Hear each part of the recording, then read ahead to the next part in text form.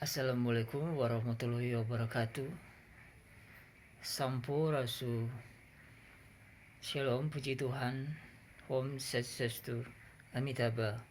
Salam kebajikan. Saya akan menceritakan tentang riwayat hidupku. Karena apa? Saya membuat video ini untuk sebuah kenangan buatku dan buat pencinta sosial media untuk mengetahui siapa diriku. Untuk lebih mengenal, mendalami diriku sebenarnya. Dan dalam hatiku juga ingin mencari jati diriku sebenarnya sebagai manusia. Karena dalam hatiku masih menyimpan keanehan dalam diriku sewaktu aku masih kecil dan sampai dewasa ini. Jadi pada mulanya aku hanyalah seorang yang sederhana, terlahir juga dari sederhana, keluarga yang sederhana. Sejak kecil aku sudah tak bisa melihat mama kandungku. Sebelum meninggalnya, usiaku masih 6 tahun. Dan aku pun sudah tak ingat wajah seperti mama kandungku yang memelukku, berikan minuman susu terhadapku, ASI, pelukan, dan itu sudah lupa. Sedangkan fotonya pun aku tak bisa melihat.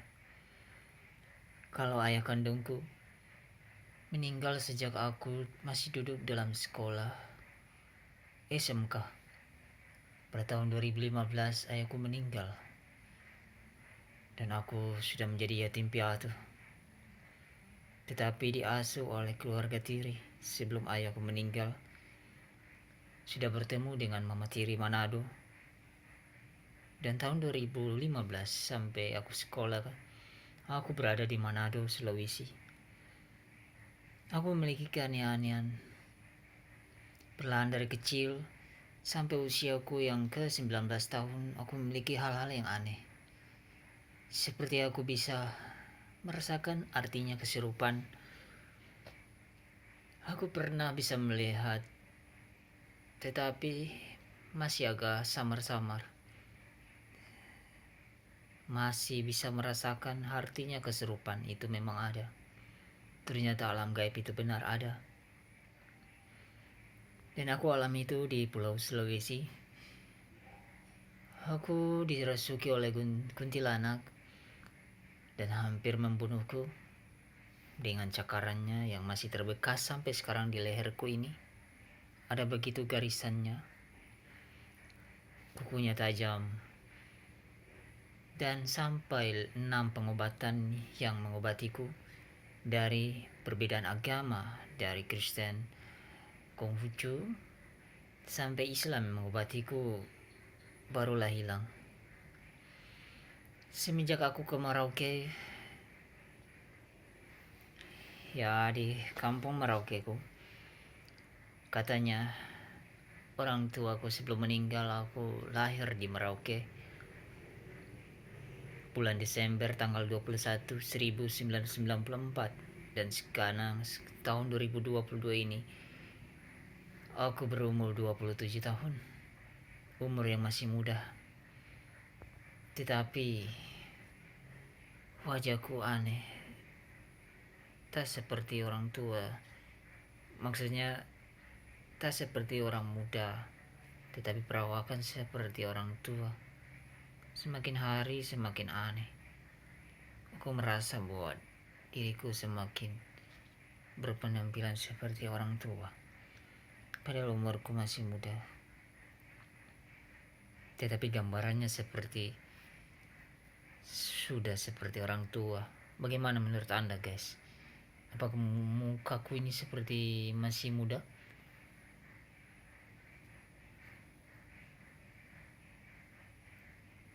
Betul ya, wajahku ini sudah seperti orang tua, tetapi umurku masih 27 tahun. Aneh sekali. Begitupun aku merasakannya. Ada juga perubahan tanda-tanda yang timbul di wajahku. Seperti ini.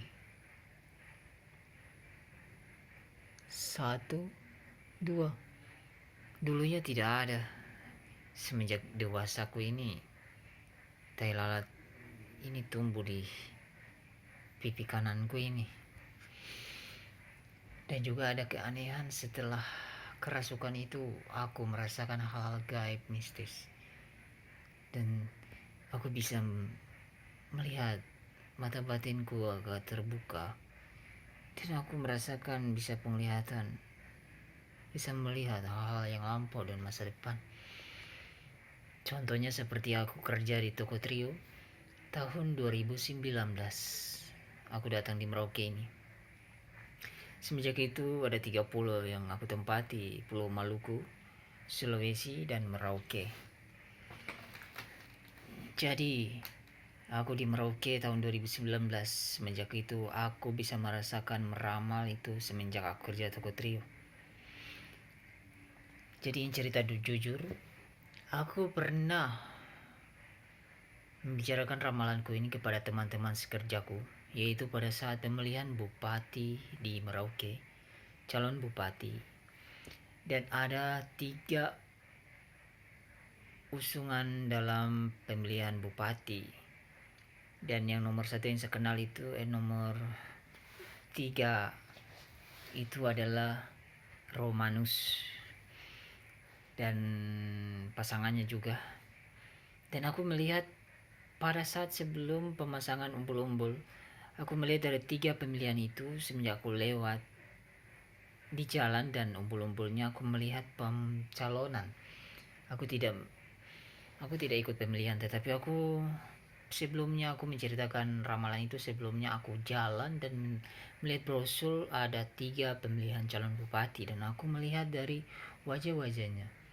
Seketika itu ada gambaran yang muncul, dan aku melihat yang tertanam yang jelas adalah di poster Romanus dan pasangannya itu. Nah, seketika itu aku memiliki gambaran bahwa ada suatu hal bahwa yang akan menang nanti Romanus, dan ini jujur. Semenjak itu juga aku ingin sekali membuka pikiranku bahwa aku ingin memberikan gambaran kepada teman-teman sekerjaku bahwa ramalan itu perlu dipercaya. Ternyata ramalan itu adalah kuasa dari Yang Maha Pencipta, Tuhan Dewa Dewi dan Maha Pengasih Tuhan yang Allah Subhanahu wa Ta'ala. Jadi penerawang saya ini jelas aku ceritakan pada teman sekerjaku. Setelah kerja aku istirahat, aku memanggil mereka dan aku mencari sebuah kertas dengan tulisan. Dan kebetulan mereka juga lagi mendengar pemilihan bupati di Merauke sejak tahun 2019 itu, yang akan 2020 mencapai 2020. Dan aku memberikan gambaran kertas dan gambar tentang pencalonan 3 orang ini. Dan aku memberikan pertanyaan kepada mereka, siapa yang akan menang kalian pilih.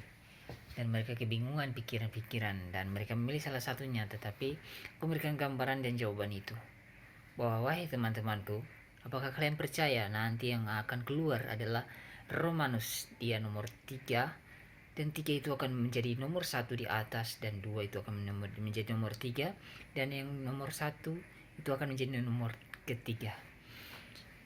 Jadi mereka langsung heran. Mereka tidak percaya dalam hati, dan perkataan mereka, ini mungkin temanku ini cuma menembak-nembak saja, dan mereka tidak percaya. Dan seketika itu juga aku menceritakan keanehanku, aku menceritakan kelebihanku bisa meramal, dan mereka masih meragukan itu. Dan aku membuat sebuah gambaran bahwa pasti akan terjadi. Romanus lah yang akan dari nomor 3, dia akan menjadi nomor 1 dalam pemilihan. Dan terbuktilah pada saat pemilihan, ada teman-temanku juga tidak ikut pemilihan, dan ada juga yang mungkin ada ikut. Tapi aku fokus kerja, tidak ikut. Dan setelah pemilihan berakhir, dan terbuktilah bahwa Romanus lah dan pasangannya saja yang paling di atas, dan terbukti bahwa menang. Dan seketika juga hari kerja mereka kaget. Ternyata ramalanku itu betul. Dan dalam diriku juga, entah kenapa dalam diriku aku tidak meyakini bahwa aku ini tidak ada keistimewaan aku bisa meramal. Tetapi pada usia dari anak-anak remaja aku bisa merasakan ada peningkatan keanehan. Dan sekarang dewasa ini ada hal yang bertambah dalam pikiranku. Semenjak itu juga aku bertemu orang-orang di jalan, ada yang bilang aku wajahku seperti orang Arab, dan juga ada yang mengartikan aku wajahku seperti orang India karena ada yang mancung, ada alis tebal, bulu matanya panjang. Ya, perawakanku ini, warna kulitku sawo matang, nah, ini terpengaruh matahari ya kerjaku. Dan ya beginilah, tempat tinggalku juga sederhana, kos-kosan. Aku ini pakaian apa adanya, pakai sendal kemana-mana. Ada yang juga mengkritik tentang pakaianku, ada yang sering kali aku pakai singlet, berpakaian yang aneh-aneh. Jadi seringkali juga tempat kerja bilang ganti-ganti pakaian. Ya, aku mana-mana pakaianku yang penting ikut kesukaanku saja. Aku itu hobinya pakai singlet dengan celana pendek, biasa sendal-sendal juga. Yang sekarang ini sendal ini. Nah, kalau ini sendal jepit, karena aku suka ada bergerigi-geriginya, aku beli juga sendal yang ini untuk kerja. Oke. Jadi keanehan ini sebelumnya juga, keanehan juga terjadi pada saat aku di Bakminaga. Mata batinku tertuju pada ada handphone yang akan hilang, dan aku selamatkan handphone itu. Ternyata itu handphone karyawan dan aku kasih kembali lagi dan aman. Dan ada kos-kosan juga di Bakminaga, ada seorang ibu yang lama ditinggal oleh mamanya atau neneknya, itu yang dianggap mamanya. Dan seketika aku melihat di rumahnya itu, aku melihat penglihatan bahwa mamanya lagi datang padanya. Dan aku menceritakan itu kepada seorang ibu itu, dan ibu itu langsung menangis bahwa didatangi oleh roh, itu roh mamanya yang telah meninggal. Dia orang Manado juga. Kos-kosan di samping Bakminaga, ke sebelah teman saya namanya Eman waktu itu kerja, sebelum kerja toko trio ya. Aku kan mampir-mampir, kebetulan aku ketemu ibu itu dan melewati rumahnya kos-kosan. Aku melihat ada sosok roh mamanya lagi duduk di depan rumahnya. Ciri saya singkat saja, saya menceritakan ciri-cirinya, dan ciri-cirinya pas. Ibunya bilang, wah ternyata itu mama saya. Dan ternyata mereka kaget kenapa saya bisa melihat. Ternyata alasan saya karena saya memiliki mata batin. Dan jujur, aku memiliki keanehan kenapa di setiap hari Kamis atau hari Minggu adalah hari favorit saya. Karena apa? Hari Kamis itu adalah identik malam Jumat. Aku seringkali bermeditasi. Dan hari Minggu adalah hari libur. Hari libur saya juga bermeditasi. Dan kalau seandainya aku punya keistimewaan istirahat, hari-hari juga aku bermeditasi. Ada salah satu aku bermeditasi yaitu di hutan, yaitu di bagian Merauke ini, tepatnya di atas pohon. Aku bermeditasi di situ, dan satu di hutan dan satu juga di bagian area sungai di Jalan Muli. Di situ ada pemancingan air, ikan-ikan. Aku bermeditasi satu malam situ, dan yang lucunya adalah tikus besar yang mengagetkanku. Aku kira pencuri ke maling, kaget. Tetapi permeditasianku aman. Itu untuk bisa penyempurnaan batin, karena aku sekarang demi hari aku mencari jati diriku, karena aku merasa berbeda dengan diriku, dengan orang lain. Aku merasa bahwa diriku itu beda dengan orang lain. Kenapa? Karena aku merasakan bahwa akulah aku. Kalau nanti aku meninggal, apakah aku masih ada? Dan sedangkan orang-orang lain bergerak, dan aku merasakan diriku ini. Dan sejak lahir nama asliku itu diberikan nama Advent Stokarsan Frasius Maswan, panjang ya. Advent artinya itu ada arti, yaitu sebuah penantian yang akan ditunggu-tunggu Stop Karstan yaitu suatu hal yang mengenai sebuah pemimpin, tapi aku tidak tahu juga apa artinya yang lebih jelas. Artinya pengabdian dan kepemimpinan. Makanya ayahku berikan aku sebuah cita-cita bahwa aku akan menjadi seorang pemimpin, tetapi dalam diriku aku tidak ada jiwa pemimpin. Itu aku sederhana saja. Dan aku sudah jadi yatim piatu, dan kini aku merantau. Dan kini aku di pulau yang bebas bencana ini. Tahun baru saja Natalan aku berpisah dengan keluarga sepupu. Aku mencari jati diriku dengan menyepi sendiri-sendiri. Karena beda prinsip, aku mengambil mandiri saja sendiri. Lagi pula aku lagi mencari pasangan, tetapi belum ada yang setia juga. Dan aku sekarang berusaha dan keadaanku ini betul-betul miskin, susah, banyak utang-utang juga belum lunas. Aku janji akan lunasi kalau aku sudah banyak uang. Kerja keras sampai sekarang ini aku kurus kremping begini. Sekarang semakin hari warna kulitku semakin agak gelap karena terpengaruh panasnya. Dan wajahku ini semakin hari tidak seperti dulu lagi yang semuda-muda ya. Sekarang semakin aneh ya. Umurku 27 tahun tapi wajahku semakin kayak orang tua, aneh. Tapi sifatku masih cenderung seperti dulu, seperti Naruto yang suka bercanda tawa. Begitulah.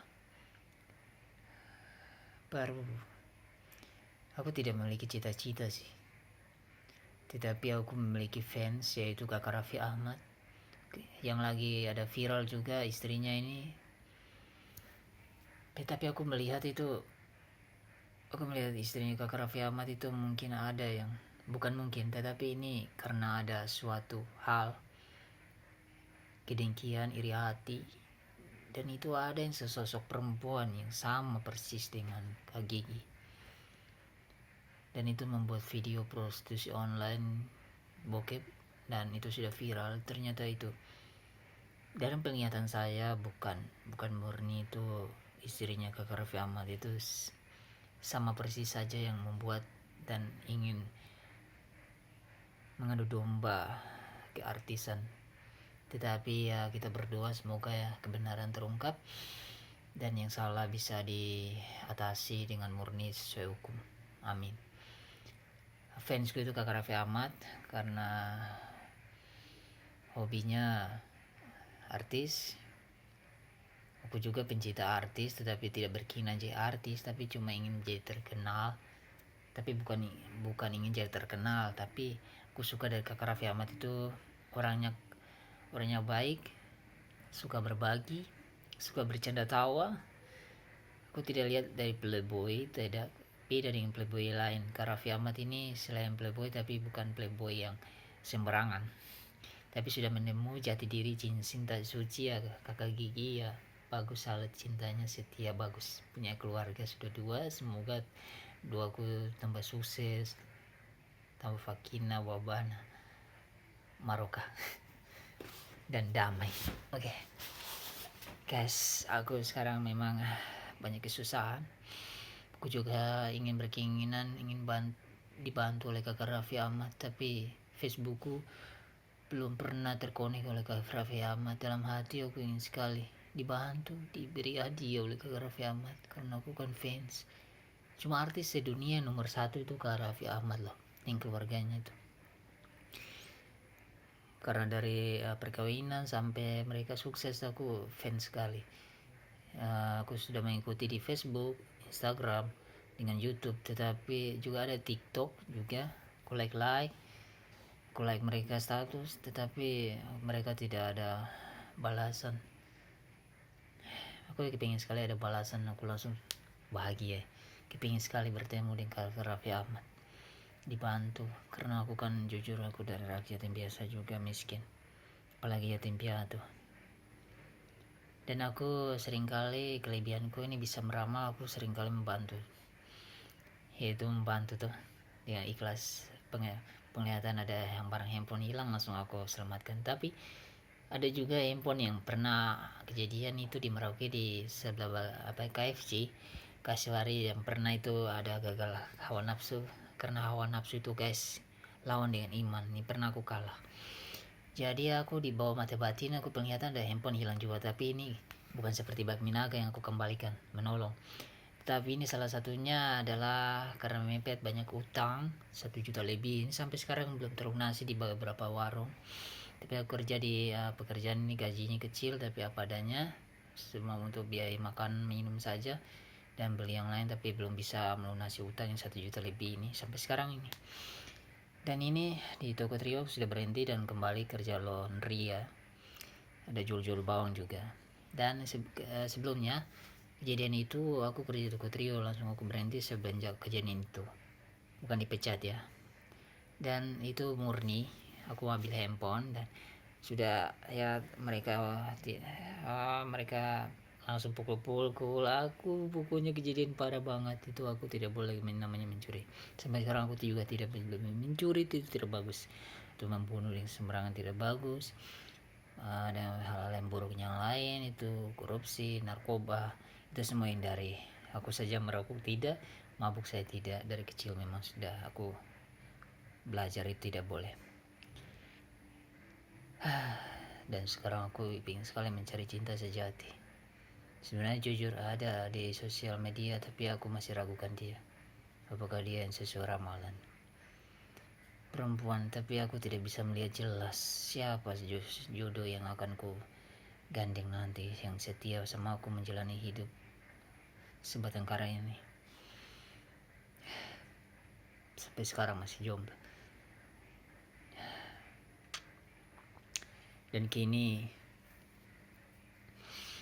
ada alur cerita di YouTube yang pernah aku nonton.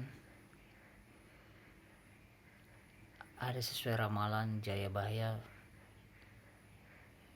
yang memperlihatkan aku sampai aku menangis. Aku menangis setelah menonton YouTube yang mengatakan sesuai ramalan Jayabaya. Dalam hatiku ada tahu dan ada juga tak mau tahu. Karena sebelumnya sama persis juga, tapi aku jujur, aku tidak mau menjadi siapa-siapa. Akulah aku sendiri. Aku menjauh dari keramaian. Aku merasakan hal yang lain. Semuanya itu jelas terisi dalam sebuah ramalan. Karena aku seorang bisa meramal dan aku menonton YouTube, terlihatlah ada ramalan Jayabaya. Dan ramalannya itu sungguh membuat hatiku sangat mengeluarkan air mata. Karena apa? Sebagian ramalannya itu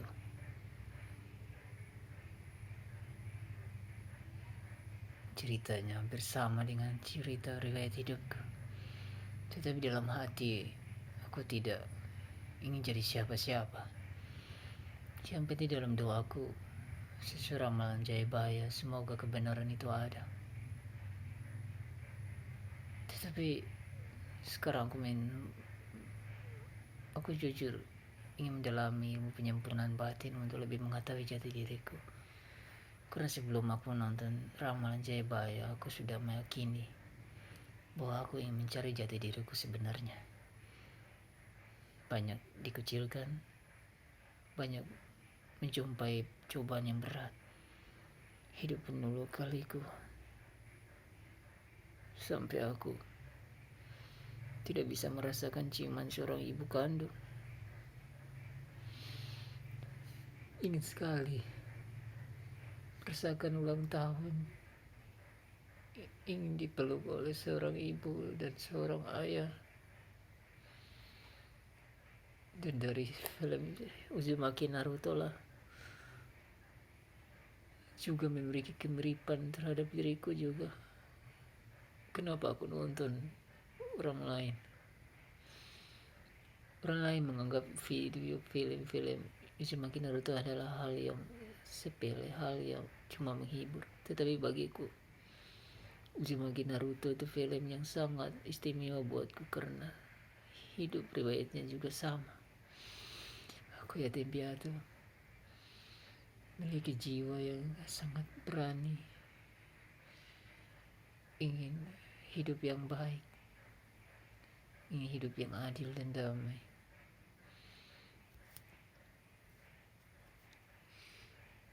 Aku sekian kali menangis mencari kesendirian dari keramaian.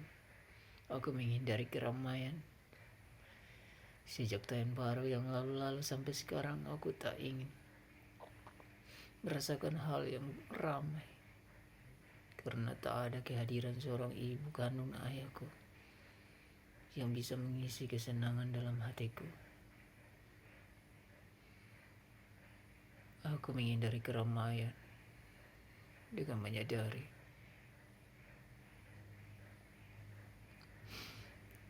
apakah ke depan nanti aku akan menjadi apa? Siapa diriku sebenarnya?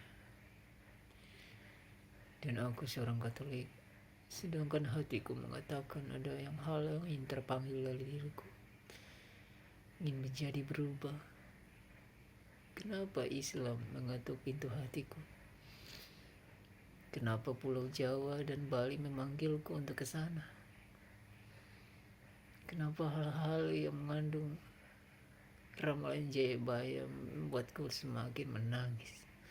Sedangkan aku tidak mau menjadi siapa-siapa selain aku ingin jadi diriku sendiri. Tetapi seringkali aku digoda oleh hawa nafsu untuk berbuat jahat. Sedangkan aku tidak pernah melihat Muhammad, tidak pernah melihat Allah dewa-dewi. Di TV-TV hanyalah lihat Yesus filmnya. Jadi banyak keraguan dan agama-agama yang seringkali perbedaannya mereka berontak, ada domba di mana-mana, hawa nafsu merajalela, pikiran manusia seakan-akan menjadi binatang. Terciptalah pornografi, pemerkosaan, narkoba, korupsi, pembunuhan massal, seks bebas. Hatiku jadi sakit melihatnya. Perbedaan tidak ada lagi, saling percaya. Aku ingin sekali mencari sebuah kebenaran, dan kini aku mencari jati diriku sebenarnya. Ingin mendalami ilmu pengetahuan di tahun yang 2022 ini. Aku ingin mendalami dan mendalami terus, mencari informasi tentang sebuah kebenaran. Karena aku ingin mencari sebuah kebenaran dari keraguan-raguan dalam hatiku ini.